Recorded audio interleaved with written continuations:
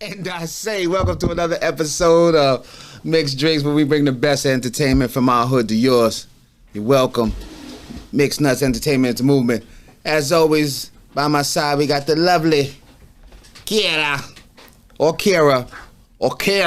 She said I say her name 3 different times, Kira. 3 different ways. Kira, 2 rounds. 2 rounds. As always, I'm your boy Big Case. And you know, you got a good one today, as always. Hopefully we ain't been letting you down. This MC, you know what I'm saying? This MC is I was telling them, in the land where authenticity and originality is shunned upon. He's his own authentic self. He's his own authentic dope. And I bring to you Savage III. Alright, so right off the rip, as always, where you from, Savage? Originally from Orange County, Santa Ana, California. Transplanted San Diego, been here 20 plus years. So I think officially, I hope the San Diegans will allow me to call myself 20 plus? a native now. You know what I'm saying? Come on. Yeah, I'm a 20 plus of myself. I'm so here to stay. yeah, that's dope. That's dope. So People never leave. nah. You come here. Only time people leave San Diego is when they can't afford San Diego no more. They never was like, I leave here because it was so trash. It was whack. I didn't like it. It's a beautiful place to live. It's paradise. It's people are accepting. A lot of places, you know, people don't care about you, what your story is, who you are. I think San Diego embraces everybody. In my eyes, anyway. That's how I see it. And I know most people, like all my friends, funny enough, are not from San Diego. They moved here and they never left. I'm your friend. I'm a native. Very small percentage, a single-digit percentage. Yeah. You are right. I do. Yeah. Very small palm of my hand of people that, you know, my friends that not on purpose either. But okay, so let's get to it. So, how do you describe your sound? Let me see. I guess it's always been kind of evolving, and I never wanted to like kind of stay in the basement. So my man, who was like a childhood friend, was like, "You underground. That's where you coming from. That's where you at. You should. That's where your strong point is." So for many years, I kind of wrestled with that one. I was like, nah, I can make all kinds of records, which I probably can and have, but I would say I'm an underground, Southern California secret weapon. You get this guy that's under the rug, under the sewer, just grimy. Yeah, because I don't think anybody will hear your sound and describe it as a Southern California sound. No. You know what I'm saying? I love it. I love it. And I guess that's what you want as an artist, right? You don't want to be I want it to no be glass unknown. ceiling. I want you to be like, where the fuck? Yeah. I feel like when you dub something Southern California or California, it has a gangster like.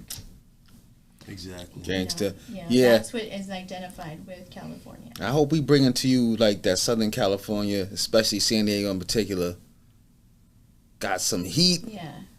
I've showed you, witnessed it yourself. We got some grimy bars. Everywhere, wherever you want, right? Well, you want straight bars, you want flashy bars, you want gangster bars, you want just, you know, underground bars. We got it. And it's an eclectic area because, once again, people come here from their respective areas and they make this their home. And they bring their sound blended in what they experienced here in San Diego, and they create their own sound. And hip-hop is universal. Always. Never will stop being universal. So, you know, you got to start recognizing that it's hip-hop everywhere, not just in your land. And you know what? I've heard a lot about him, you know, throughout the years.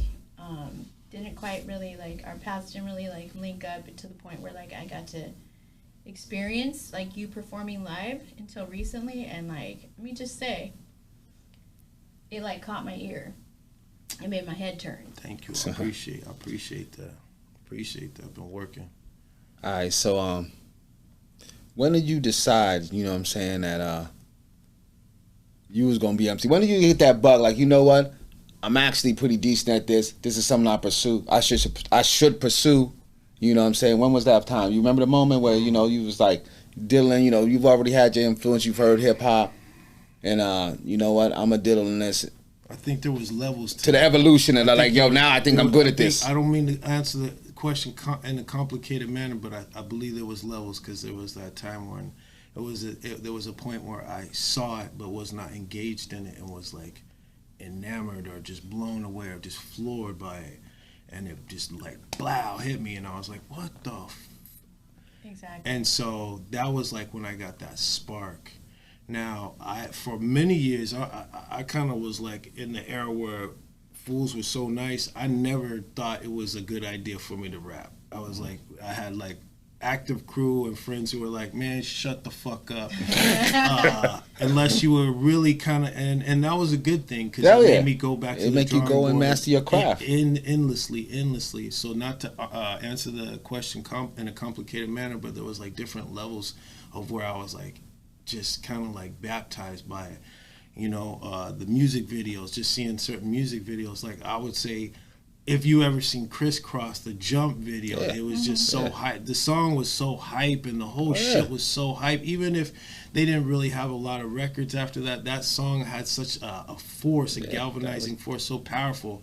It was for a young kid to see some shit like that. It was like, wow. And it was actually the first time I was able to see skateboarding and rap like in one. Shouts out to Jermaine Dupri, innovating back then. He's been in since day one. But to answer your question really short and you sweet. can answer as long as you want to. Whatever you feel, baby. I guess it dawned on me when I was out in LA doing a record with Killer Priest, and I had got him. Shouts out to the Woo. Shout out to the Woo. And I had wrote the song out and I had a hook, and I was like, hey, you know, you mind singing the hook? I think it would be dope if you sung the hook. And he was, you know, doing it, and he kind of had trouble like hitting those bars. And I was like, oh shit, I actually wrote some shit that a nigga from the Wu-Tang has trouble. And then he had actually completed the song, dropped his verse, and consulted me and was like, yo, what do you think of the song? How do you feel about it? And so for me, that was like this a moment where like it was like, you're not a fan, you're not sitting in the crowd, you're actually actively engaging in how these records and what the sound might be like. Even though that song never was released, that record, it was just a moment where I was actually like, and I look up to like the Wu-Tang Clan. He's your peer. For sure. I looked at them as if they were something higher than. I didn't think I could be a peer at that point. I was very, how do you say, not Humble. too confident. Not confident at that point. I don't know. It was just like, I still was like, I looked upon a lot of rappers as if they were gods. Right. So I was like, oh shit, I'm on Mount Olympus. I'm talking with the gods. They're asking me about questions. Right. Am I actually here? Am I actually doing this? Yeah, Is this I'm sure it was a surreal moment for sure. For sure. So I was like, okay, this is something that I could do, and I'm like running with these guys. I'm running with the pack. So I was like, all right, keep note. This is a pivotal moment for you. Keep going. That was your yes moment. It was. You said Killer Priest, so who could we find in your we go into a little playlist for Sav, who we seeing in your playlist? Who you rocking with? Oh, as far as listening goes now? Yeah, listening go. Okay. Two ways, two questions. Who's inspiring you? Like when you want to put the pen down to paper, I'm old school. I'm talking about pen and loose leaf. That's all I do. Okay, cool. Let it be known. That's all. Cool. I was a notebook rapper. I'm back. I'm from the notebook days. It's just stacks and stack of notebooks. So when you want to really hit the pen to paper, who you listening to? Just to get a little charge. You know what I'm saying? Yes. Because you can't listen too long because you sound just like the motherfucker when you're writing this shit. Facts. What he just said was so factual. So it's like when I start to write and I go into that real writing zone, I can't listen to anybody's shit. I can't hear anybody's songs or nothing because I have my style when it was being developed was like Shang Tsung from Mortal Kombat. I barely be around you and I could morph and take your shit. And it scared me because one time I see what you're saying. I was at the drug lab, which is Psycho Realms, Sick Jack, and shout out to Sick Jack. I was at his studio and I had got there the night before so I could prepare for the session the next day. And what had happened was I drove all the way out there from San Diego to LA, forgot the rap. Lost the, like you said, so I left my notebook So I was like, oh shit, this is not good. He's gonna come tomorrow and he's gonna be like, what the fuck?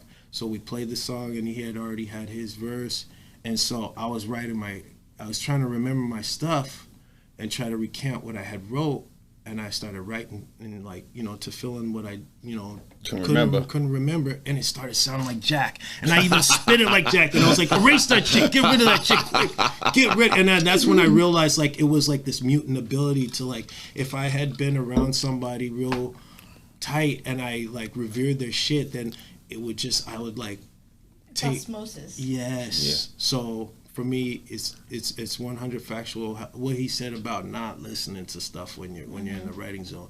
But I like to listen to a couple with different, you know, rappers that are from East to West Coast. I've been listening to Planet Asia. Planet Asia is one of those guys that can get me to just understand that bars are just, you could get real rugged. Like he's just masterpiece. Just say the greatest.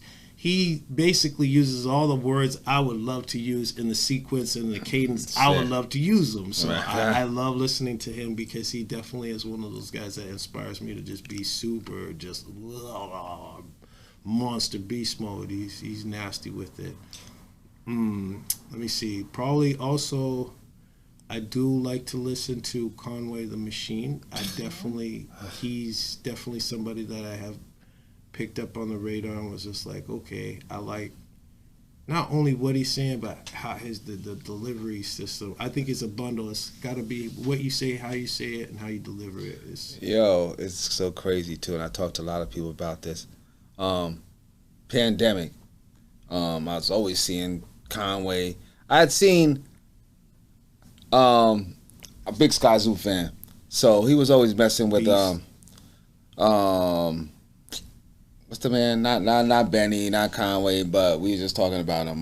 Fly God. Westside Gun. Westside Gun does a lot of tracks and productions with Sky Zoo. So I was seeing him and all the time in his videos, Sky Zoo's videos and stuff. And for some reason, man, I was judging. I was prejudging just by looking at him. Westside Gun always had a crazy face.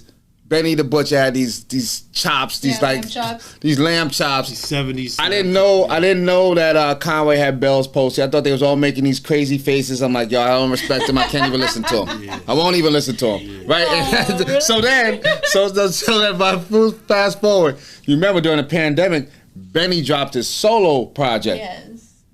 And it was so throwback and so dope. Yeah. I listened to Benny first.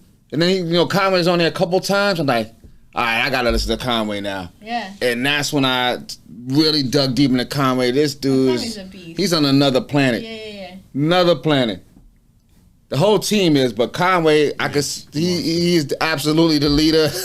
I know I think they see him as that. Henceforth, the name The Machine. The Machine. Yeah, ridiculous. It reminds, I don't know if they got that from the movie 8mm, because the killer in that movie was The Machine. Yes. It's like, get him Machine. And so whenever I see Conway, I think of that movie, and I'm like, oh, yeah, he is The Machine for sure. And just think of it. You was an artist because he was always that dope. Yeah. And then you almost died. Yep. And then you was almost completely paralyzed. So remember what I told you? That off-court presentation? It's like, it has to be the things that you do, like, outside of the studio and all that. And I'm not glamorizing the, like, violent part, but just the courageousness, because some people, it'll be game over. It'd be game over for some people if they just lost the 90 percentile, man. Come on. Yeah. But getting shot, it could almost dying. Then you're paralyzed. Then they say you're not gonna have no mobility. The PTSD alone, like that. There's a lot of. I won't mention any names, but there's a lot of well-known artists out there that have suffered certain things that they've never come back from. Yeah. They're recluses. They won't leave. They won't fly on an airplane. That's it. It's a wrap. Yeah, it's crazy, right? Yeah. And to get even just, he has part of his mobility in his face, his mouth, and still spits the dopest thing that's been spit in the history of hip hop, period. Yo, I can't believe this lady. You better tell him that to his face when you meet him. Like, what's up, son? Oh my God, that's the slickest shit though. Because now everybody's bound to his knees, so that's what he needs to hear. Probably, he probably laugh for days off that shit. I like that. But He definitely has a side where you're just that human courageousness. Where I'm like, during the pandemic, I actually did a show and had the opportunity to open up for him.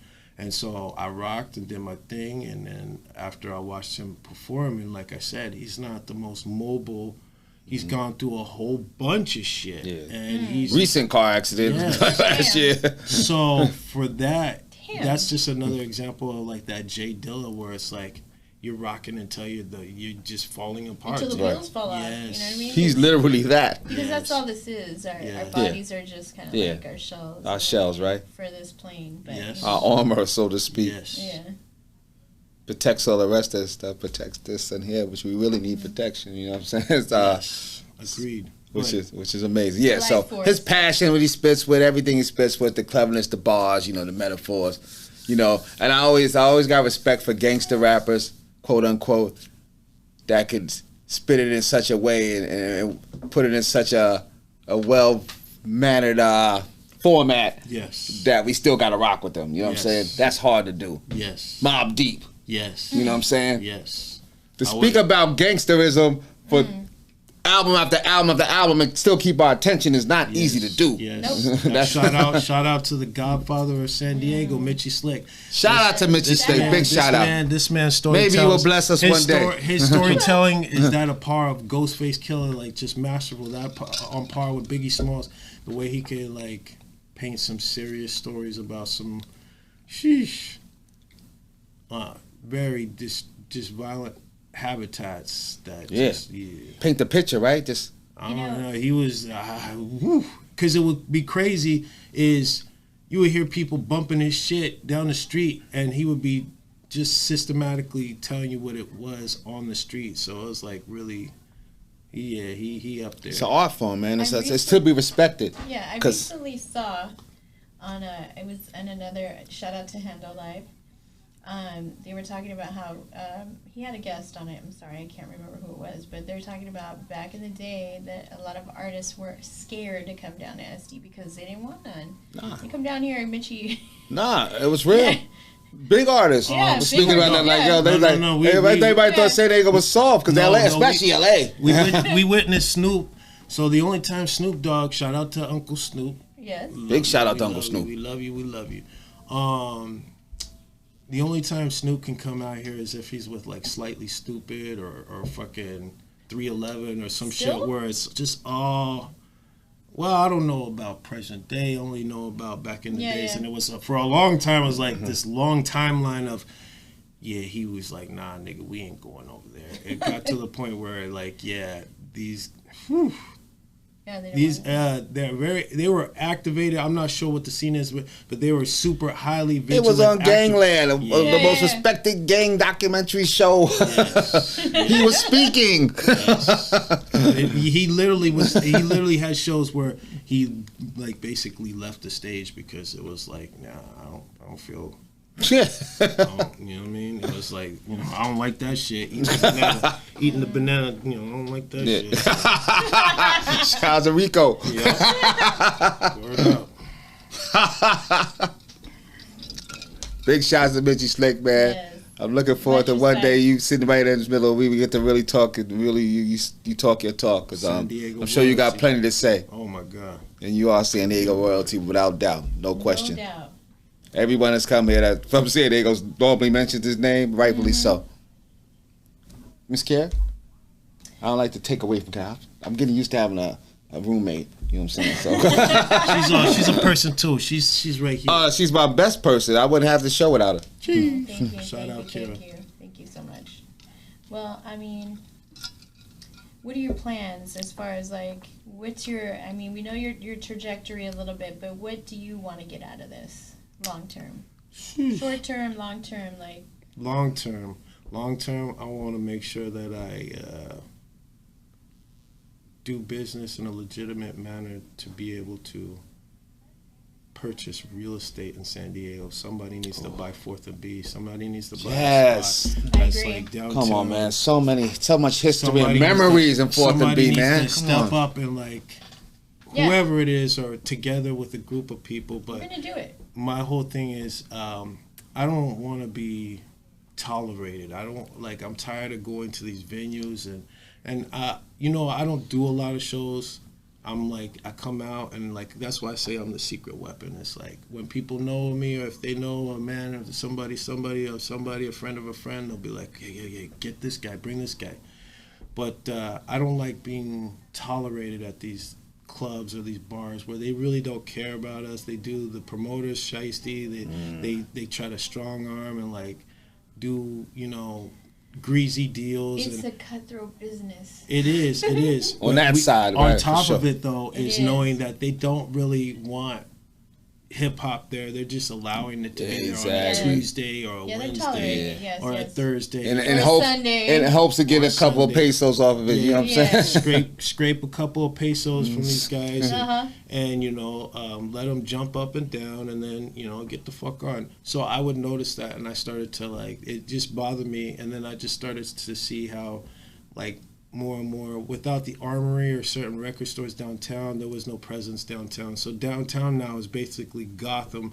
No one's allowed down there unless you got bread and this and that and the third, or you're you know, like these, like, you know, that glam rap, whatever it is, so basically if you're a rapper, you can go and do a club. And they don't even fucking give a fuck or want you there. They just want you to fucking sell fucking $10,000 worth of fucking champagne in an hour and a half. And so it's just a thing where I just want a home for hip hop. So when we bring big acts like Conway, or we bring big acts, they got a spot. They have a spot to go to besides House of Blues, Correct. Which is a beautiful venue, and no disrespect to House of Blues, but I want a spot that's just like, it's there, rain, hail, or snow, and dope shit used to come out of 4th and B, and I would love that. Let's throw that out into the universe. Right, put it out there. A co-op. That's a fact. It's a fact. Multifunctional, everything was space. there. I saw dope stuff. You know, I'm an R&B dude too. I seen dope R&B artists. Manifesting that. Yeah, I love that. I love that. So just we're gonna get it. So dope entertainment back to 4th and B. Bring back 4th and B. So that's what you want to do long term. What about like as far as like you personally? Your music, like what do you want to do with it? I want to really kind of start just, I have a lot of records, a lot of stuff that I never released, a lot of features, and then there was just some couple of setbacks where, you know, projects just ended up getting put on the shelf and didn't have any distribution or anything. So it was a real learning experience for me. I'm a real slow learner. Once I get it, I get it. So it took me a long time. I believe I have the magic for when it's on stage. I have the magic for when it's in the studio, but I just didn't have the business side magic down. I didn't have a team, and I didn't have things that were able to put me in the driver's seat to really kind of like push this music and put it out there. So being associated with people like DJ Rec and the Sound Lounge, I was able to... Shout out to Rec and the Sound Lounge. Shout out to DJ Mighty, the mighty DJ Rec, to just basically start to help develop the quality of the sound and make sure that I was curating records that can't be disputed. People may hear them and they'll be like, wow, that's not my shit, but I could tell the sauce is there. So currently, right now, what I'm working on is just a project that's going to get the attention of a few, I'm not going to name their names, but a few producers, a few underground people. This is to like kind of like shine a mirror on an island to show a little light. And so once they know, like, oh shit, let's check out over there, I'll have everything set up. So this little project is and the project's called Waterproof Uzis. It's a small EP. I have one feature, Big Twin from Mobb Deep. Big Twin. We was just talking about Big Twin. One of my him and P got a joint that I love together, man. I just played it. I put it on our MixxDrinks page. They did a live performance of it, like with a live band behind them. Beautiful. And it was hard. Yeah. Shout out Mobb Deep. Love those guys forever and a day. Forever and a day. Rest in peace, P. Bandana P. Tell us a little bit. The same. Yeah, it ain't the same. Damn, it's a world without Mobb Deep. That's crazy.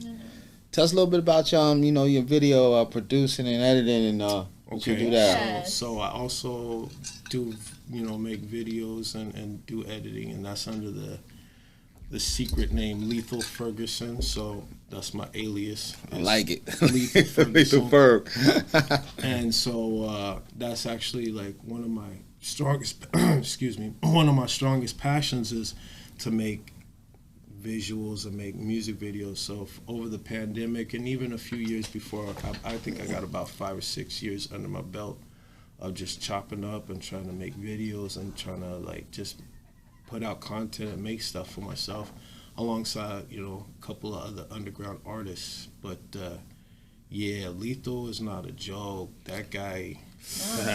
So you ain't no one trick pony, huh? No. I try to be a Renaissance man, but I want to make sure I master each one of the talents in themselves and do right by them. I know Apollo and Lucky Cortez both lean on you heavy for that. Shouts out to Apollo, my man. Shouts out to Lucky Cortez, also an artist I would love to have on here sometime. We will. Word up. And yo, tell people how they find you. Yo, you can find me primarily on IG, Savage the Third, SAVAGE THE 3, the number R and a D. And he'll come under there too, but I just like to hear people say that shit. Yeah. Check me out on there. And from there you can find me on YouTube, and I'm on Bandcamp. You also could check me out on Spotify and iTunes. I'm out there. Well, you know us. You can find us on YouTube. Also, you can find us on IG, MixxDrink Podcast, MixxDrinks, just like it sounds. Podcast. Your man Case, Kira 2 Rounds, Savage the Third. You know what time it is. Time to get busy. We be right back. MixxDrinks. Who wants a drink? Who wants a bar? Who wants a beat? This is MixxDrinks. There we go.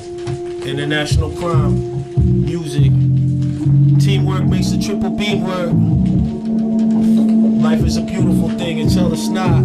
Yeah. Go pitch the snow till it turn 14-karat gold. Run a strip program, empty every load. Ducking sunny side of job minutes to the dome. Keep an eye on what you owe and what you say on phones. Cause niggas float beside boats on behalf of dope. It's all love like the Pope, duffel bags of dope. To each his own, the sweetest poems, Cal Capone. So make they bones tossing tombstone, pointing nickel chrome and sloppy niggas. Popping bottles around the world. Little mini avalanche in your neck, look super thorough. Mama told me put my money where my mouth is. Go chief sick in this bitch, let him talk his shit. Take control of your chick like chopsticks. Slim or thick, acting slick, ask me super thick. Attitude like a cactus, a bad bitch. Half rabbits for carrots, a cat piss. Plead the fifth on the fifth just like a magic trick. Trashy Christmas gifts if Nip was catching wind with this. Pull your plug first and play your Sega Genesis. Settle differences and incidents with dividend. Differently with different business, prison all depends. A 2 to 10 is probably 10 based off who's evidence. Pedal pelicans, pistols hit whoever and whoever man. Take the stand, go down like Peter Pan, like sloppy niggas. Popping bottles around the world, little mini avalanche in your neck, look super thorough.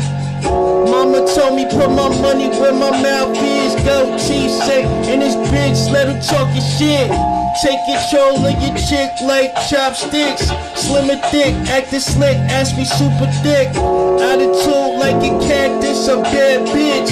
Half rabbits for carrots, a cat piss. You know what I mean?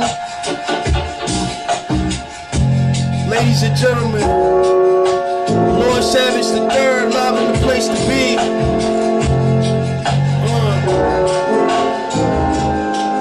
Shall we proceed? You know what I'm saying?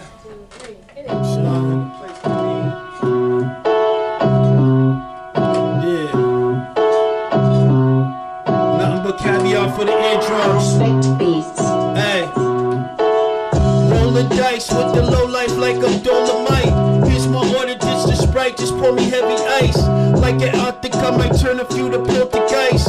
1-800, meet the man upstairs named Jesus Christ. Hey, hallelujah, put one through your puff and Buddha twice. Each every night, real heavy flight, brand new pair of Nikes. Be careful, I'm never lay your pipe. Go fly your kite with rainbow bright on ET pushing bikes. Tell Chuck E. Cheese to suck my Mickey D's, I need a slice. Cause I ain't wrapped that tight like turbans in the afterlife.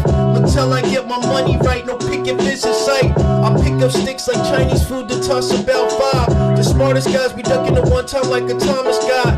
When hollows fly, homicides are like Hawaiian tides. So I stay high as Magnum P.I. homeboy in the sky. All super baked like apple pie, don't pull no slick shit, try it. Playboy, this Nike duffel bag is feeling light. Arguing about the price, ain't worth that nigga's life. Nah, believe me, if I'm wrong, my niggas still might. Yeah, ain't no man completely bulletproof the whole night. Playboy, this Nike duffel bag is feeling light. Arguing about the price, ain't worth a nigga's life. Nah, believe me, if I'm wrong, my niggas still might. Yeah, ain't no man completely bulletproof the whole night.